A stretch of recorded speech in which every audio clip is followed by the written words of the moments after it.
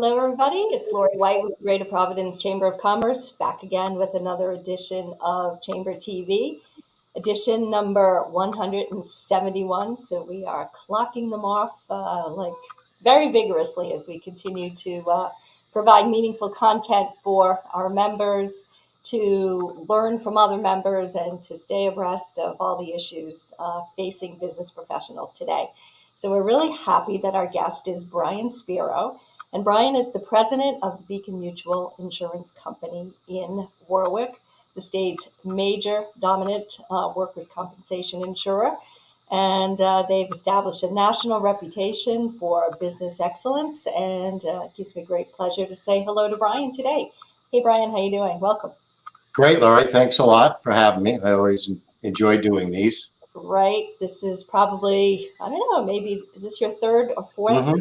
Yep. Third or fourth visit on Chamber TV. So you're a great guest. You have a lot of important information to share because workforce issues are the number one issue among the minds of all of our members, and whether it's retaining, engaging employees, whether it's managing cost, whether it's determining how best to comply with certain regulations, particularly around workforce safety and the like. You have all the answers, so today we're going to dive right into that.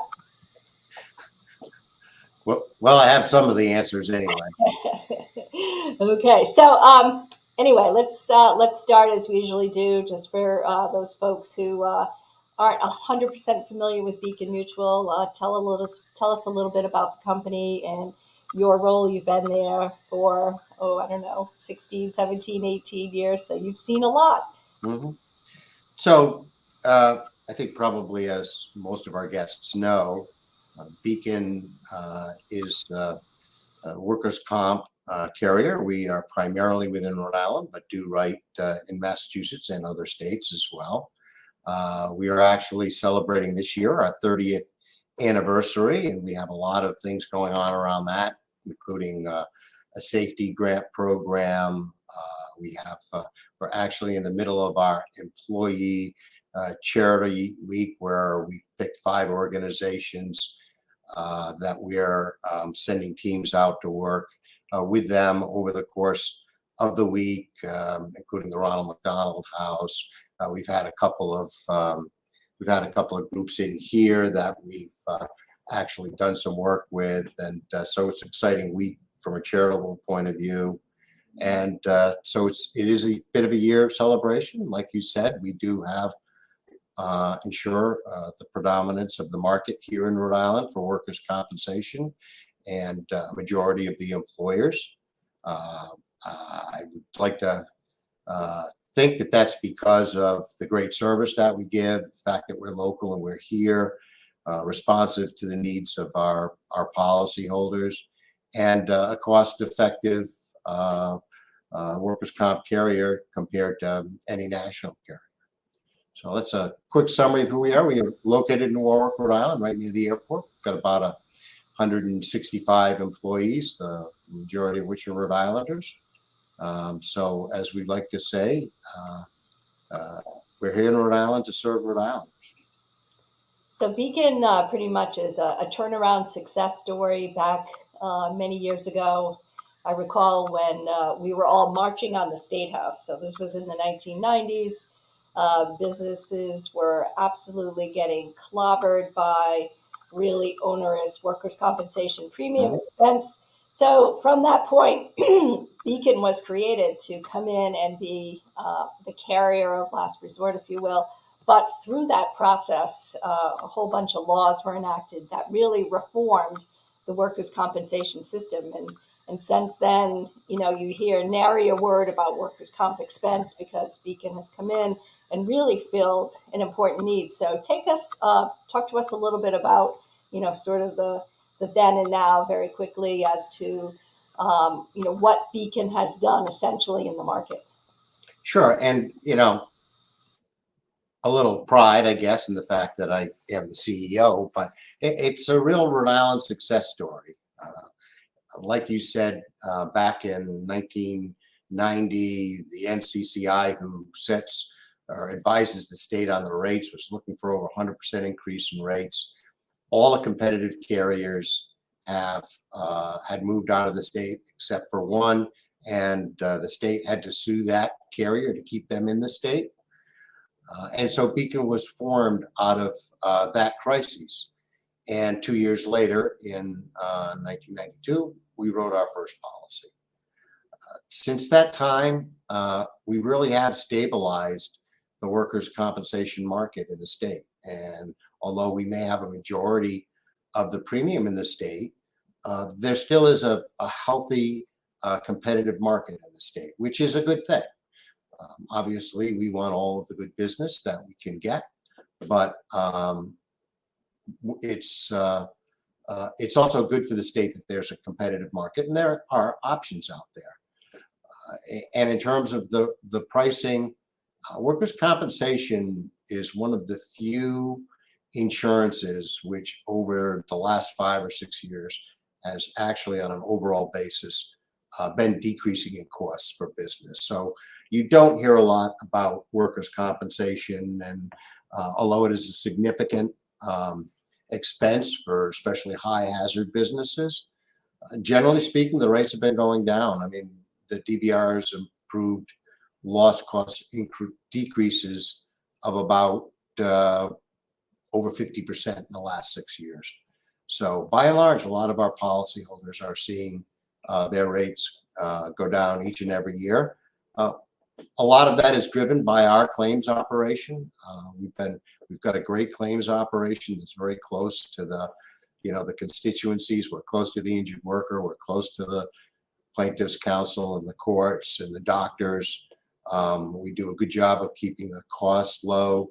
And because of all that, that continues to drive the rates down around the state. And we pass that through to our policyholders in two ways. Number one, lower rates, and then number two, in dividends. I think the last 4 years running, we've returned dividends to our policyholders. And that's a little different.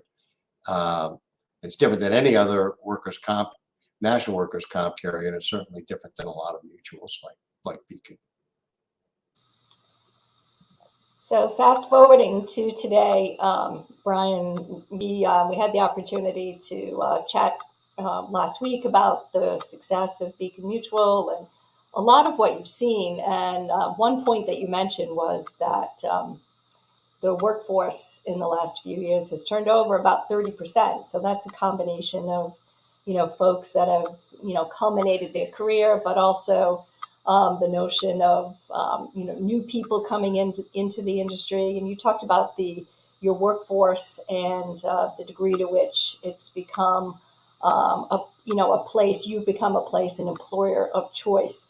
So tell us a little bit about the culture at Beacon Mutual and what you can share with the rest of us as employers to really accentuate or amplify the success that you yourself are seeing and witnessing, because I know that we all want to take away best practices in light of the great resignation and hiring talent, retaining talent, and in fact ensuring that you continue to be perceived as an employer of choice, where people are saying, yeah, I really want to go work for Beacon Mutual, because a lot of what we're seeing today is that in the great quest for talent, not only do you have to offer competitive salaries and benefits and flex time and everything from the perks point of view, but also we're hearing from my members that a lot of the applicants are now saying, okay,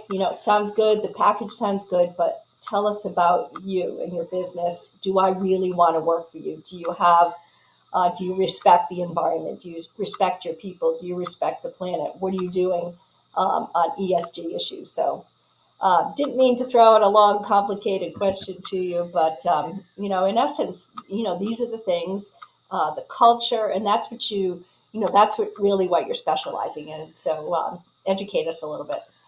So, like you said, Laurie, there are probably 25 questions there. I'll try to launch into them and interrupt me as we go through them. I practiced law for 30 years before I came to Beacon, and one of the things that drew me to Beacon was their culture and their reputation. Culture is so important to any organization. Um, I think I think you can draw a direct line between the culture of an organization and the success of that organization financially. Uh, I think when people look at Beacon, they see how engaged our employees are, um, how they really live our mission. They understand where we're going. They all love to work here. I mean, it really is a great place to work.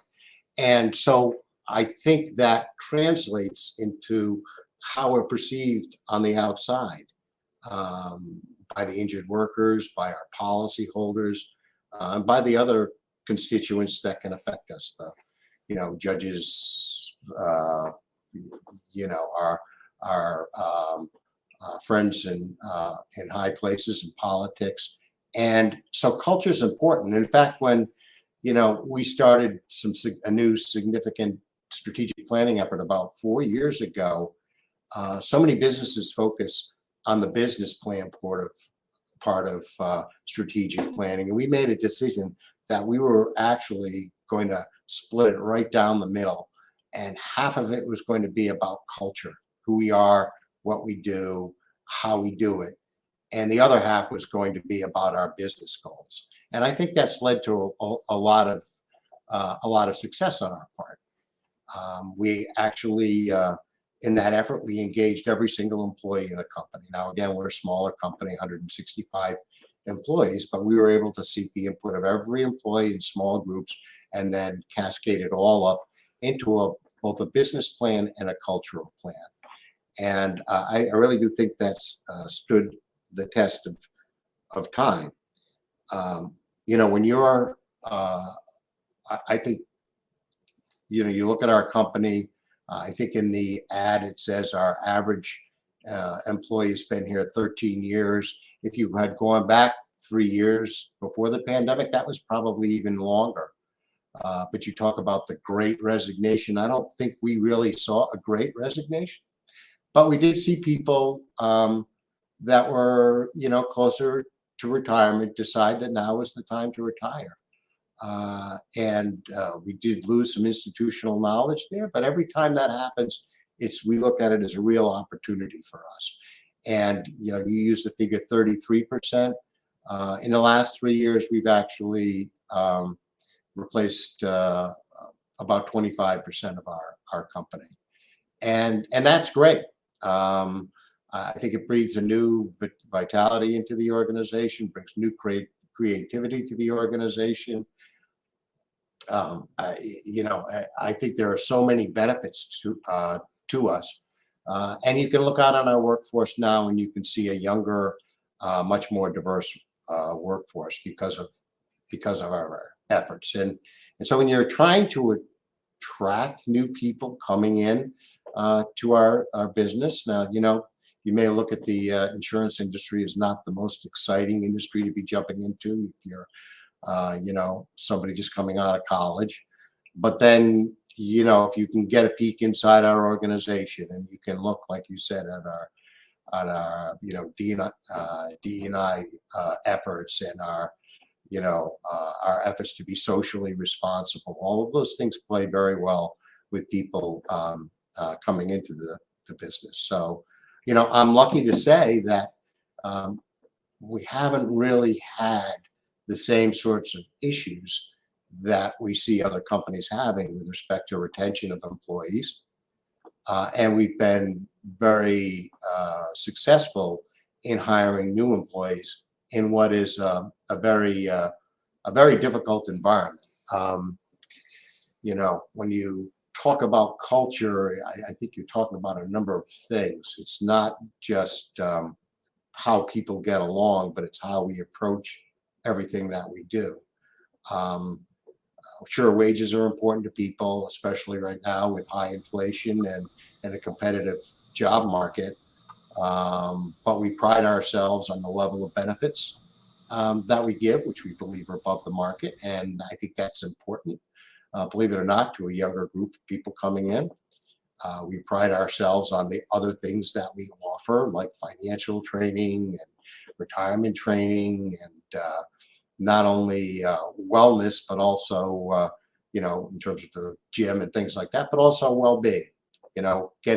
We get our employees involved with our charitable giving.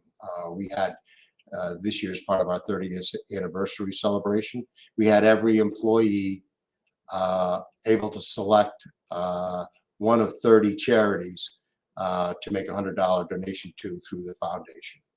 And, we got 100% participation in every employee, designating um, uh, a charity to receive a donation in their name. And, it's those little types of things that make a big difference in terms of your culture. Yeah, that's an amazing set of benefits and insights, and truly, it's resonating with your employees and your ability to be able to retain and continue to grow the company.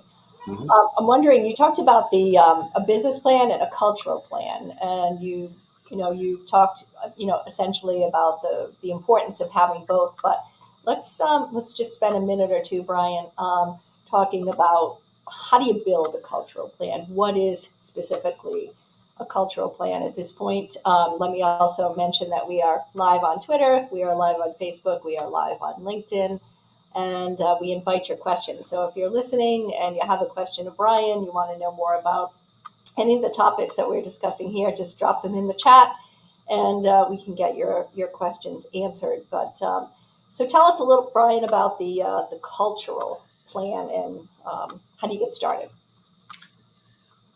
Well, I think like a lot of businesses, we all spend a lot of time right now talking about culture, especially given the issues raised by the pandemic and bringing people back to work, and what does that look like, and flexibility and things like that.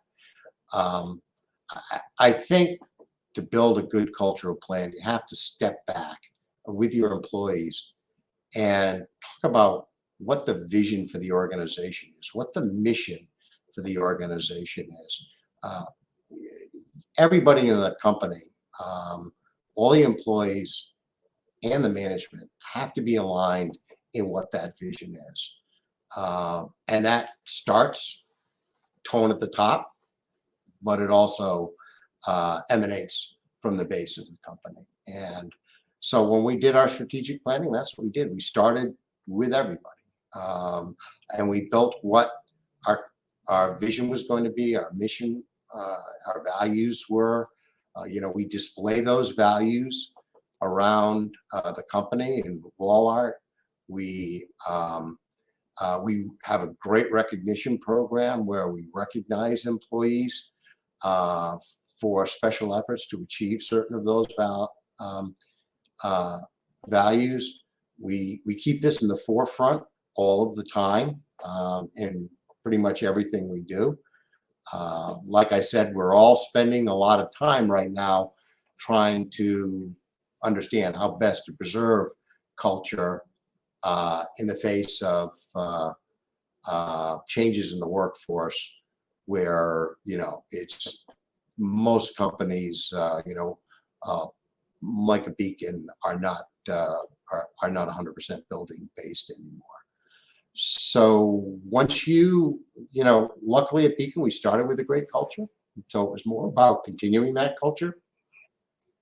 It's not a one and done deal. You have to continually reach out to our culture, to our employees. Education developments plays a key role in that. We have a program we call a RISE program. We're into our second year now, where we take employees and give them an effort to do things that they don't normally get to do, and to cross-functional teams, teach them management techniques, help them develop personally. All those things are important. And then, so last year's cohort, when they were done, we asked them to go back to our employees and talk about workforce development and workforce retention issues, and and workloads. And so as they report back to the management, it's necessary, it's important for management to acknowledge that issues exist and to respond to them. And hopefully we're doing that. And that just, again, builds a stronger culture, because um, it's important to me, because I want to work somewhere where there's a great culture.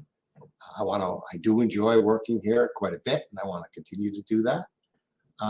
But it's also important for our business to have a strong culture to be successful. Did you bring in outside consultants to help guide this? And in terms of gathering the feedback, was that done over the course of a year? Was it done over the course of a couple of weeks? I'm just trying to narrow down the Yeah. how to give people an understanding of like So how, we did, what's the first step? yeah, we did bring in a consultant, because it's, again, we were in a situation where we knew we had a good culture. Um, you know, but a lot of us, myself included, tend to be a bit technical. And so how to express what that culture looks like is not necessarily an easy thing for us. And there are experts in this. And so we did bring in a consultant that helped us frame what that culture was going to be.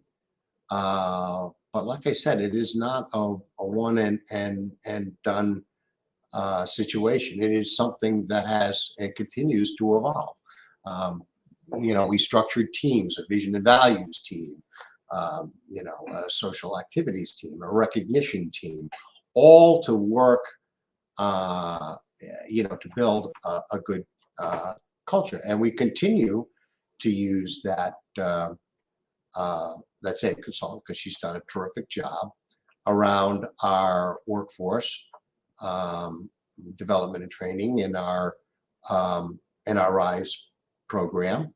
But at the same time, we've brought in other consultants that are, specialists in DE&I, for example, to help us build a good DE&I program, and also, more than that, to help us educate our employees on why DE&I is so important. Certainly, as we talked about, new employees coming in, this is something that they're looking for. They're looking for, they're asking questions like, what's your ESG program look like? What does your DE&I program look like? And we have to have, answers ready for that to get the best people in the building. So we continue to use consultants. We've had one that's been constant throughout probably a 5-year journey with us now, but then we bring other consultants in around the edges to train us on, to help provide some information and training on other things. Yeah, so I think your comment about it's not one and done. I think that's a really important point to make, because everything changes so quickly, right? Mhm. Topics, issues, concerns, things that happen in the national news, developments, political trends, that all influences, at the end of the day, workplace culture.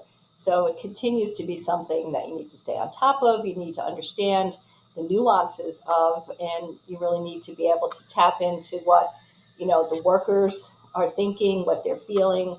Particularly now, there's so much stress and strain and concern about the price of gas and the war in Ukraine, and the political divide, and so many issues, gun control, and that all plays a part in the mental health of the workforce. And not every employer has to really deal with that in depth. But I would say that for the majority of employers, the whole mental health piece is something that you need to continue to monitor, to provide resources for, because it indeed impacts productivity, and it impacts absenteeism.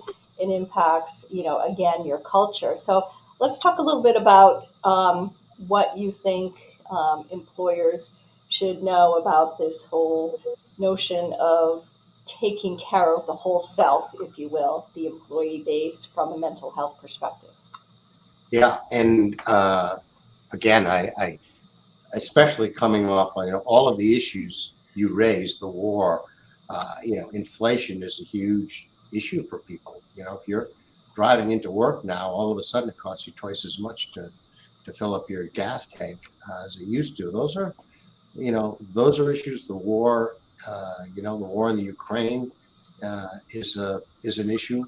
Um, the COVID is still an issue. People, although many, if not most people, have returned to their normal habits. It's still a concern for very many people who should rightfully be concerned because of the risks that they have. So when we look at, um, I would say we used to think it was just wellness, right? So it was physical wellness, and we did a lot around that space, and we still do that. It's a little more challenging now that people are in the building less often, um, but it's more about well-being. And I think the way that we look at it is, um, and I think the right way to look at it is, we have employees that are just out of college, and we have employees with young kids, we have employees with children in college, and we have employees that are getting ready to retire. So we try to gauge our benefits to offer something for everyone along that continuum, because that's important. So, for younger employees coming in, I think there's a desire for development, training. They want to move quickly to get something done, and then they're right at your door saying, "Okay, what can I do now? How do I progress? How do I, get promoted?" They're very active in that fashion. So we have programs that built around that for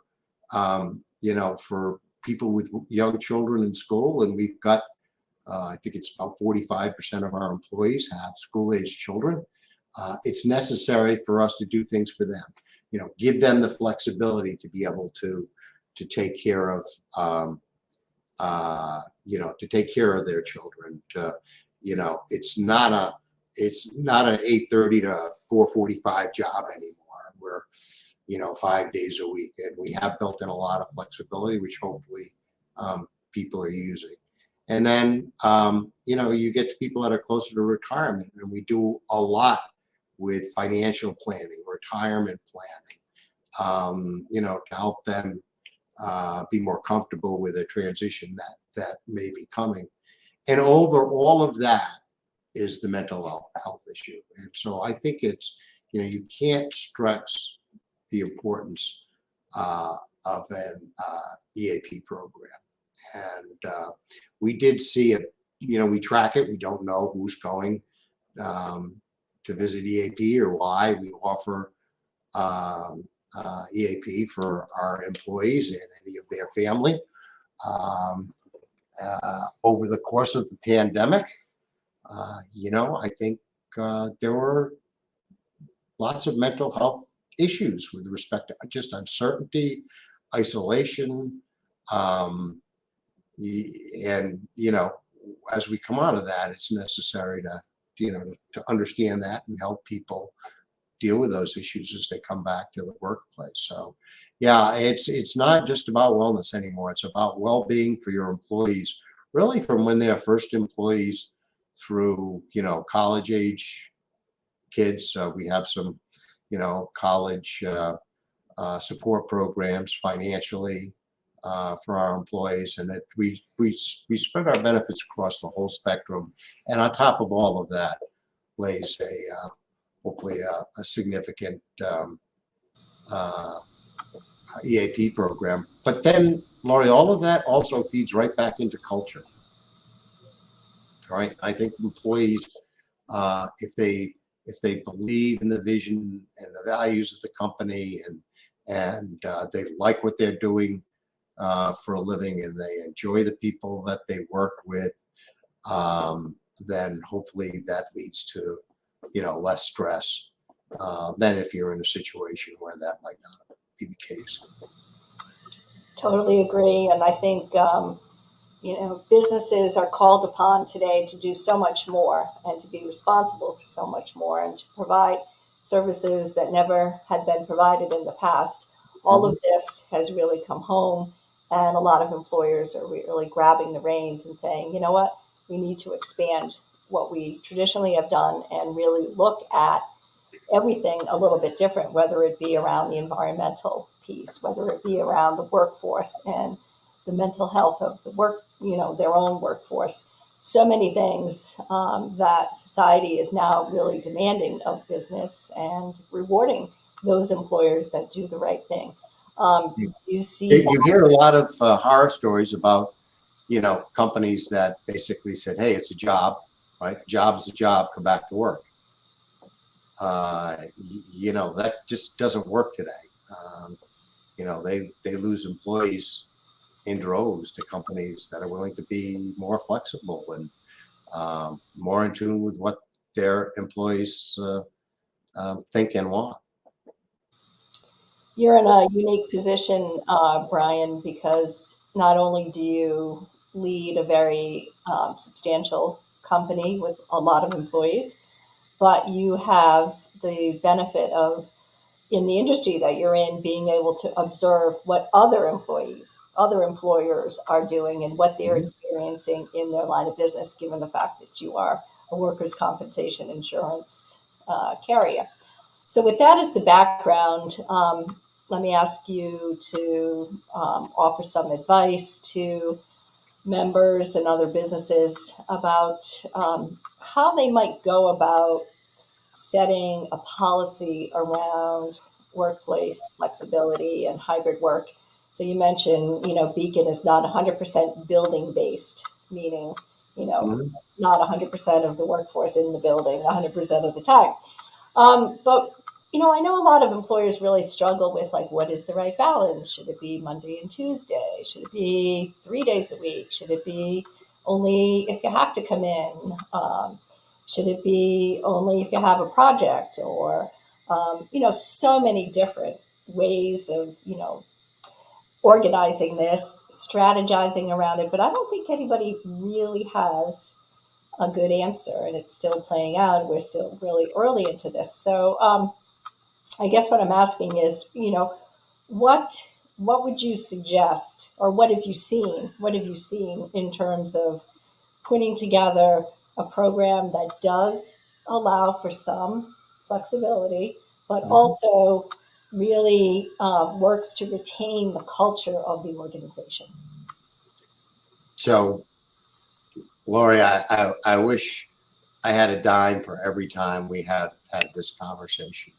Uh, our management team spends an extraordinary amount of time discussing this. Not a meeting goes by where a fair portion of that meeting isn't spent on this subject.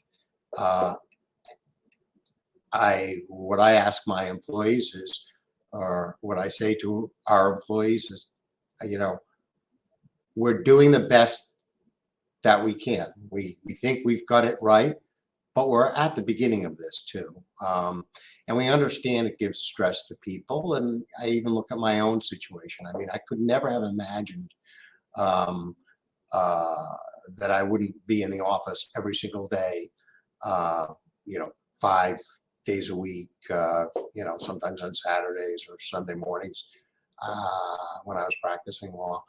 But now I'm more comfortable with actually working from home, something I never thought that I would uh, be able to do.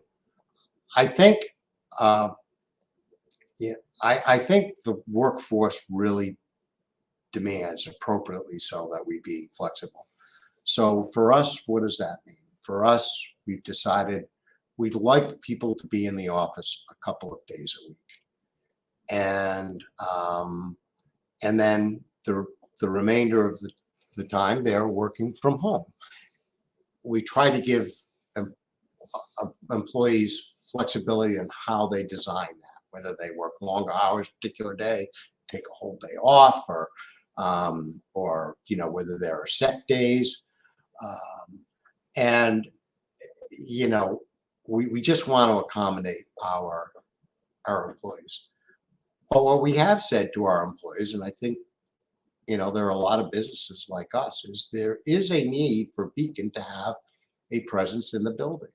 What differentiates us from our competitors is, like I said, our culture, and the fact that we're here, and the fact that, if an injured worker wants to talk to their claims representative, or come in and see their claims representative, or an agent wants to stop by and meet with their underwriters, that we're here, we're local. That's a huge part of what we're selling. And so I think as a management team, we have a concern that if we don't have, that culture where we're somewhat building based, that will, could negatively affect our perception in the industry. Now, having said that, we've started very, very flexible. Um, uh, I think we're going to continue to do that, but I also look at it as a process. And as we've gotten farther and farther away from our return to the building in April, we do see more people coming into the building. I think people see the benefits of that. They're not coming and staying the whole day, but they're coming in for meetings where they think they ought to be here. And sure, sometimes we have all employee meetings, or there are department meetings, or group meetings where, because of the importance, we want everybody in person. But that's maybe once a week or so. And otherwise, we're giving people a flexibility to work around their own schedules. It hasn't really affected us operationally or financially, and so that's something that we're going to continue to do as long as we can maintain what brought many of us to the company, and which will bring future employees into the company, which is a really good culture. So that's how you get that right. I don't know how you get that right, whether it's 2 days a week or 3 days a week. That seems to be where a lot of the negotiation, the discussions are around. It's easier for somebody that doesn't have direct contact with their customers to just say, okay, no, it's going to be completely remote. But that's not us, and that's not a lot of the businesses that are in Rhode Island. Rhode Island, there are only 2 degrees of separation, and people have a service level expectation, and we need to meet that expectation. Yeah, so probably the simple way to crystallize and summarize all that is to say it's a work in progress, and it depends. And we're going to continue to monitor it, and not every situation is the same. And I think you're spot on, Brian, when you say that not a meeting goes by where you don't talk about what the implications are for service levels and the culture. Right. Give us time. We're going to do the right thing. That's what we do. We do the right thing. Just we all need time to figure out what that is. And I do think one thing that I do want to mention about that too is management activism and engagement with employees is critical to this. So, whether it's senior management, team leads, CEO, everybody needs to be involved in these discussions and engaging with employees to get to the right place. And I think if you do that from the top down, you're going to see much better results and much more engagement from your employees. As I mentioned, we're live on Twitter, we're live on Facebook, and we are live on LinkedIn. And we do have some comments that I want to share. And Tessa notes that Beacon truly offers the best benefits package of any place I've worked, and the workplace culture is world class. So thank you for that, Tessa. And that's a nice tribute to the new employee team at Beacon. We do have a question that's coming in on Facebook from Mariana, and she's reacting to this whole idea of not every industry, not every business can go remote and be flexible. And hybrid, particularly for those where in-person contact is necessary. So she's asking any ideas for those employers that are service, trades, field work based. Mhm. And she Yeah, wants to know, the work can't be done remotely. Small teams that can't spread out enough to give flexibility without leaving customers with a, a torn up kitchen, she says. So, anyway, she would love any insights and ideas on what else can be done. and absolutely excellent point too. So, we've talked a lot about Beacon. I think companies that are in the financial services sector are uh, have been extraordinarily lucky because we've been able to give our employees flexibility. But when you look at the total Rhode Island market, that's a pretty small uh, percentage of the workforce and as a whole. So construction trades, healthcare institutions, uh, teachers, educational institutions, uh, retail institutions, all of those types of companies, they don't have necessarily the opportunities that we have to give flexibility, and um, and that's unfortunate. The only, you know, the only way that I can see that you can give that flexibility from time to time is having more employees, so employees can tag out from time to time. But that's very difficult for a small construction contractor, a kitchen person, you know, somebody that's working right now, right, night and day. The trades are extraordinarily busy.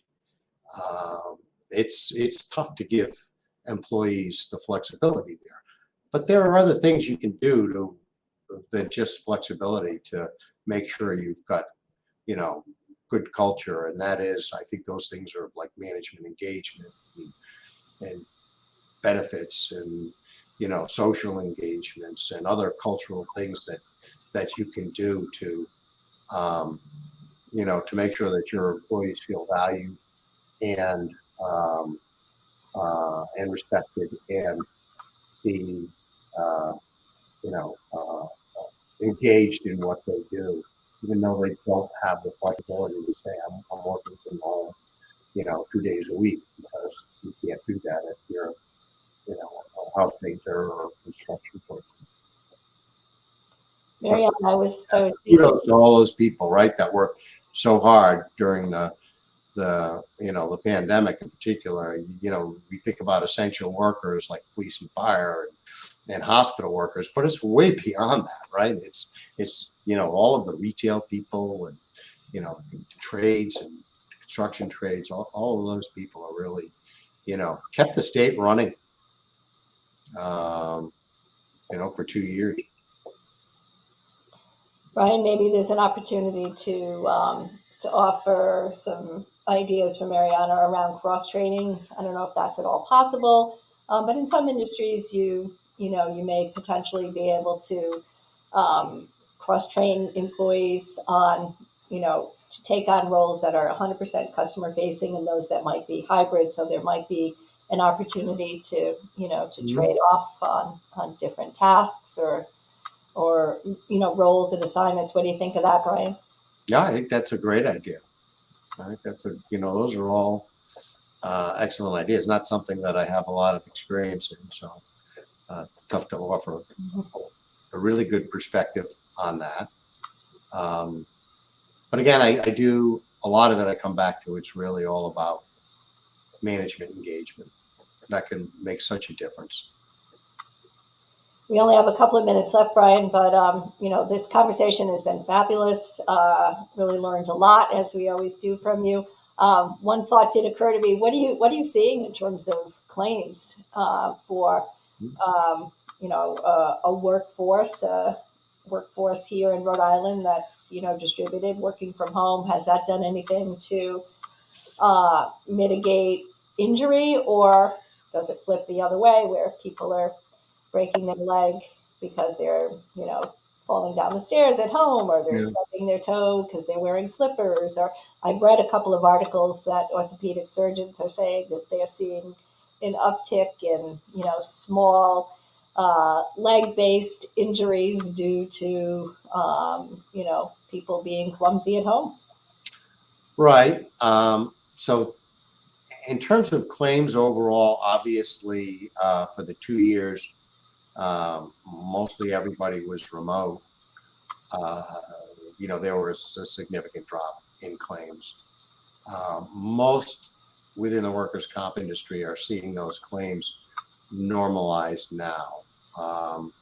We're not really seeing that on our book right now, but it's something that we're keeping an eye on. Because of the nature of work changing so much around the country and in Rhode Island, um, the frequency of injuries has been steadily going down over the last decade, which has resulted in costs for workers' compensation going down. I think businesses are doing a lot more around safety because they understand they can cut their workers' comp cost if they have a safer environment. So in terms of what we've seen, big dip during the pandemic, coming back a little bit, but not quite to the same level as it was pre-pandemic. When you talk about the return to work, I think there's that theory out there that people working from home, well, there are going to be a lot of claims of people, getting hurt at home while working. And knock on wood, we didn't see a lot of that. An interesting perspective on that, though, is, when people are working at home, they tend not to be sitting at their desks for as long a period of time, right? They do tend to get up, go to the kitchen, get up, change a load of washover, get up, take care of, their dog, or, do something with the kids. So their day is broken up a little bit more than when you're just sitting in the office, right? And you could be sitting at your desk for 2.5 hours and look down at your watch and say, wow, it's time for lunch. I haven't even moved. And so there are actually probably some benefits to working from home from a health perspective and a safety perspective, because people are doing what your smartwatch is telling you to do, get up and move around a little bit. So we didn't really see that an increase in at-home injuries while people were working at home. And, there's actually some rationale as to why we didn't see that. Brian, thank you for being with us today. This has been fabulous. We've talked about so many things around workplace culture, the importance of being flexible, listening to your employees, mental health. We've talked about claims. We've talked about ESG and DE&I as, real priorities of younger people who are coming and looking at you as an employer. We've talked about your 30th anniversary and, the tremendous progress that Beacon has made over the course of the last 30 years in stabilizing the business environment around workers' compensation insurance premiums. So we're not seeing business people marching on the State House anymore. So this has been a fantastic 45 minutes or so. And to your point, I think our watches are both telling us that it's time to stand. So I think with that, let's call it a wrap. And I want to thank everybody that's been listening, offering comments. Lynn says thank you so much for the session. Lynn is with the United Way of Rhode Island, so we've got a lot of great comments and great engagement. And again, it's really been terrific, Brian, to learn a little bit more about what you're doing. And we thank you for being a member of the board of the Greater Providence Chamber of Commerce. So with that, any final words, Brian? Just thanks a lot, Lori. I always enjoy our chats, and I love my job, and I love to talk about the company that I am the pleasure of leading. So you can tell in everything I say, I've got a lot of pride, deservedly so, in what Beacon is and what it does. So I always enjoy chatting about it. So thank you very much for the opportunity. All right, fantastic. See you next time, everybody. Bye-bye.